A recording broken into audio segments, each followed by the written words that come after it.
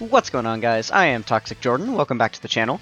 So today I just wanted to do a quick guide for the gacha coins that you can earn in Dokkan. We've got 4 different types now, and I figured with the release of the TIEL Carnival coins, and like just kind of the funky way that those have been operating in the shop, now would be a good time to actually do a good in-depth guide for each of these coins for any new players that don't know exactly how these work. So for a basic explanation, you are pretty much going to get coins back as you summon. So every time you summon on a banner with Dragon Stones, then you'll earn coins back in exchange, and then if you save up enough coins, you can eventually buy characters in the shop with those coins. So it's a bit of a pity system that we have here in Dokkan. So there are 4 different kinds of coins. So we have red coins here. The red coins are only going to be available on Dokkan Fest exclusive banners, and you will only be able to buy Dokkan Fest exclusive characters with them. So for instance, right now, I wonder if this will open up this banner. Perfect, it does. Okay, so right now this is one of the banners that's active on Global. And these are all of the featured units on the banner. Every single unit here is a Dokkan Fest exclusive, except for this AGL Goku Black. This is just the new banner unit that came out. So that means that every single one of these characters, besides Vegeta and Trunks, because they're the brand new unit that just came out, all of these characters will be available currently with red coins here. So if we go back and look, all of those units are available. We're just missing the Vegeta and Trunks because you can't get a unit on their very first appearance on a banner. And then we're also missing the AGL Goku Black. One, because it's his first appearance, but even if he will never return and be featured on a banner again. That's basically the reason why the SSRs don't end up, being available for purchase in the coin shop. Okay, so then the second kind of coin we have here are the legendary summon coins, the yellow coins. So these ones operate slightly differently. Whereas, with the red coins, you basically, in order to be able to buy a character with the red coins, you need it to come back and be featured on a banner. With the yellow coins, anytime there is a legendary summon banner, so these are an example of every single banner that has had these coins on it, quite a few. So every time you get one of these legendary summon banners, then every single yellow coin LR in the game will be available in the shop. They've got them separated by type here because there are so many at this point. But yeah, all of these different units will show up and be available for purchase in the shop anytime one of these banners comes out. Oh, I guess I should also go over the cost of these as we're going through. So for the yellow coin LRs, all of them are going to cost 500 coins, no matter what. That's pretty much just a flat rate thing. And with the red coins, the TURs are always 400. Well, almost always 400, and then the LRs are always 500. Same as the yellow coin ones. Almost always, I say, because there are some much older Dokkan Fest exclusives that have aged out of the meta, and the game acknowledges that they're not worth quite as much, so they will be like 200 coins or 150 coins sometimes. But for the most part, your standard Dokkan Fest units that you should be purchasing with these coins, because they'd be like the newer units that are a lot better, are going to be 400 for TURs and then 500 for LRs. Okay, so then the third kind of coin we have are the blue summon coins. These are just like the generic one that they had. It was kind of like the leftover coin for a long time. If it wasn't a Dokkan Fest exclusive banner, or if it wasn't a legendary summon banner, then everything else would just be on these blue coins. So a good example of that would be these type banners. So the type banners were blue coins, the Dragon Ball Heroes banners were blue coin banners, and then also Rising Dragon Carnival banners, the ones that, like, we have one of them right now on Global, the double rates banners that would show up sometimes, and then any of those other, like, category summons. There will be, like, those subsequent summons that come out alongside a Dokkan Fest banner, and then it will just be, like, banner units that you can summon for that are, relate to that category. Those ones will be blue coins, and then, like, the Elder Kai banner will be blue coin and stuff. But yeah, so it's all these miscellaneous ones, and there have been very, very few units available in the shop with these blue coins. We can actually see the full list right here. This is it. So they offered the 50% supports on the type banners when those were around, and these banners haven't returned in years at this point. And these units are completely aged out of the meta. Definitely need easy A's at this point. And then the other units, which is actually a brand new thing that we just saw for the first time this year, is the Heroes units. So the units that got their easy A's last year, or was it even 2 years ago? I can't remember if these guys got their easy A last year or 2 years ago. But yeah, these ones are definitely older and didn't get any buffs this year. But they were available in the shop with the blue coins, so you were able to pick up some of these units if you had some of those coins saved up. So it seems like they're going to be doing more things like this, maybe, potentially, in the future. I mean, we know that the Heroes units are always going to come back as blue coin, to be available in the shop with blue coins. It's a little unfortunate that we don't have, like, red coins for Heroes, because there's no Dokkan Fests. There's not been like a Dragon Ball Heroes Dokkan Fest yet. But if there was, that would be kind of cool, because then you'd be able to use red coins on those units as well. So yeah, kind of limited the stuff you can get here. It's also worth noting that this is always available in the shop. You can always buy an Elder Kai for 10 coins. So if you don't think that saving these coins for anything would be worth it, which I'd say it is, because you're going to get these Heroes units next year for sure, even if there's literally nothing until then. But you can always pick up some extra Elder Kais here. Okay, so then the fourth kind of coin that has just come out recently is the TIEL Carnival coins. Now, this is a very, very interesting coin system. This one works differently than the other ones. And it's actually kind of a lot simpler to understand than the other ones. It's just whatever units are featured on the banner, you can buy with the coins. It's that simple. And I think that is honestly the best way to do it. I kind of wish that other banners would do it this way too. Obviously you still have the same exclusion of new units. Like if it's a brand new unit that's coming out on the Carnival coin banner. So for instance, this one that's up right now, this Divine Dragon Carnival, is for the new Int LR Fusion Zamasu, so he's the only unit that is not available with the coins, but all of the other featured units are returning units, so they are available with these TIEL coins. I think that is just so good. Now, obviously, this banner itself isn't the greatest example of how these coins are great, because this banner kind of sucks. I would say it's not worth it to buy a single one of these units with any of these coins.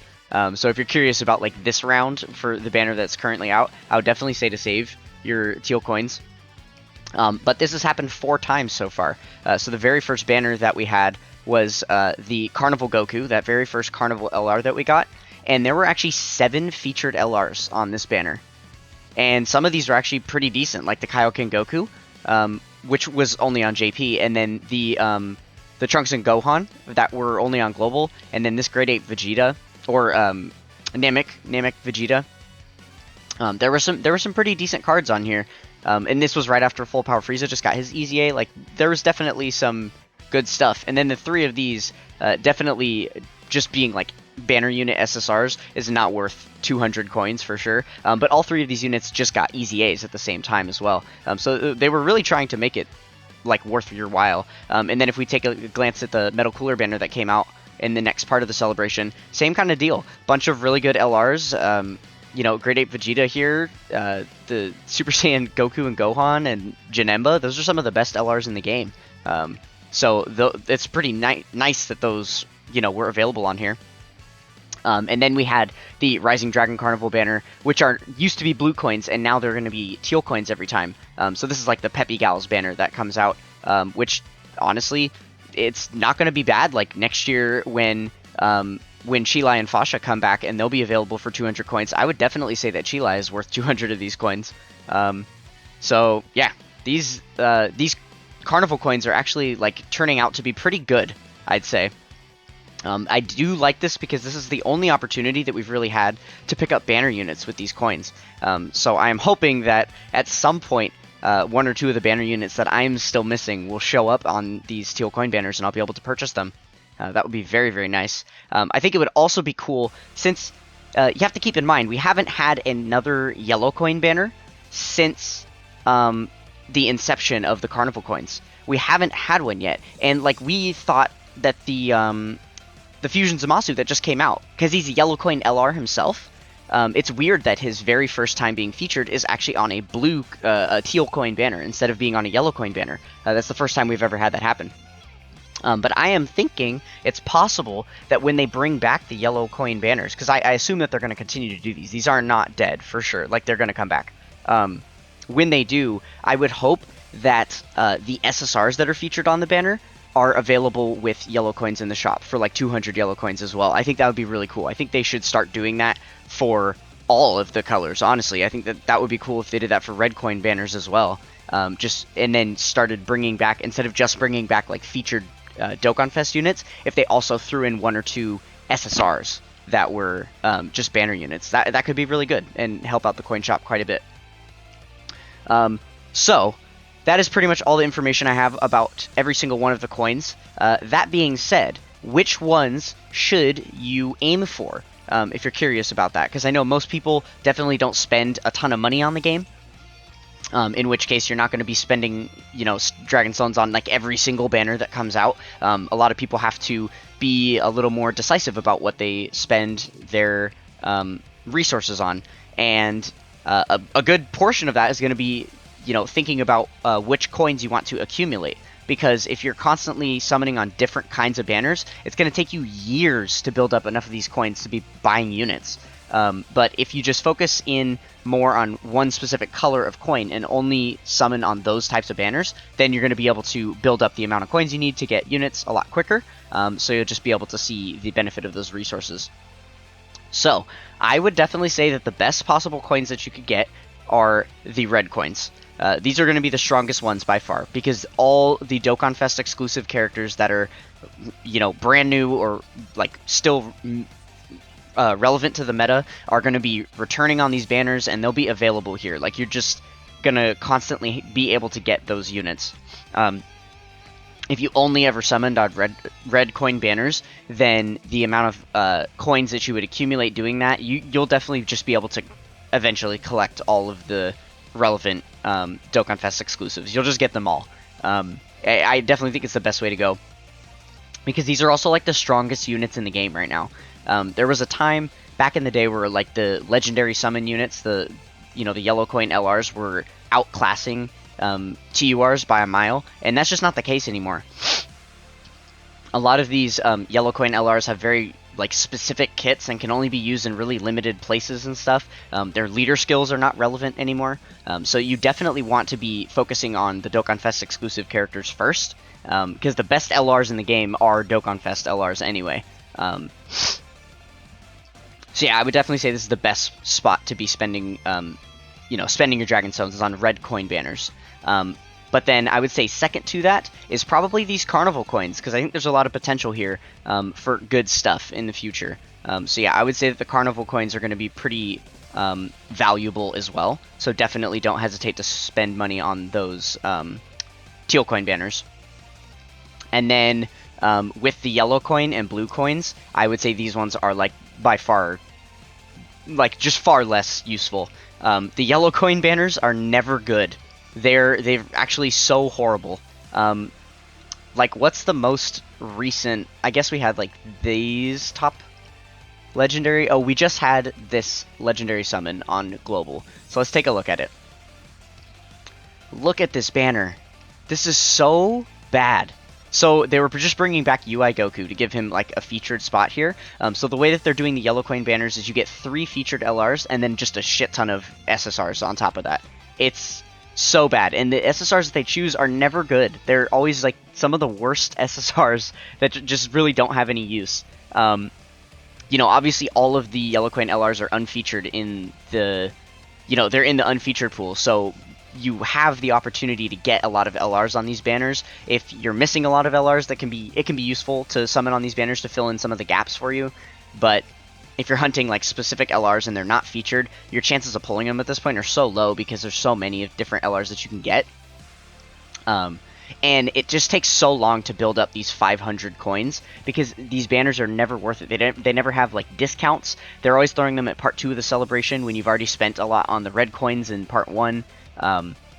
Yeah, there's just a lot that's bad about these banners, and it's definitely not worth your while to be spending, you know, too many resources on them. And then, yeah, as far as like the blue coins, I mean, there's potential that they could do some decent stuff with them in the future. Like, the only promise is the Dragon Ball Heroes units. So whatever ones got their EZAs this time around, next year they're going to be available in this blue coin shop. So if you missed out on any of the awesome EZAs this year, these two guys right here that you see pictured, actually, the Xeno Super Saiyan 3s, they're going to be available in here next year. And this Xeno Super Saiyan 3 Goku is a monster. He is definitely worth coins. So there can be some decent stuff, and I assume like if they ever bring back these type banners again, then they're probably going to EZA these guys, and I assume that they'll be really good again. So then they'll probably be relevant, but I don't know. You can't really count on that. I wouldn't say just go summon on the really crappy like blue coin banners just to be able to build up resources just in case for this stuff, right? So yeah, definitely spend on the red coin and teal coin banners for sure. So yeah, that's going to do it for this one. I hope you guys found that very informational. I had been wanting to talk about that because this coin system was getting a little bit out of hand. So I hope that that clears it up for you guys, for anybody that was curious. And if you enjoyed this, we have plenty more guides like this that come out on the channel all the time. So consider being a part of the Toxic Tribe with the like, comment, and subscribe on the video. That's going to do it for this one, and I will catch you guys next time. Peace.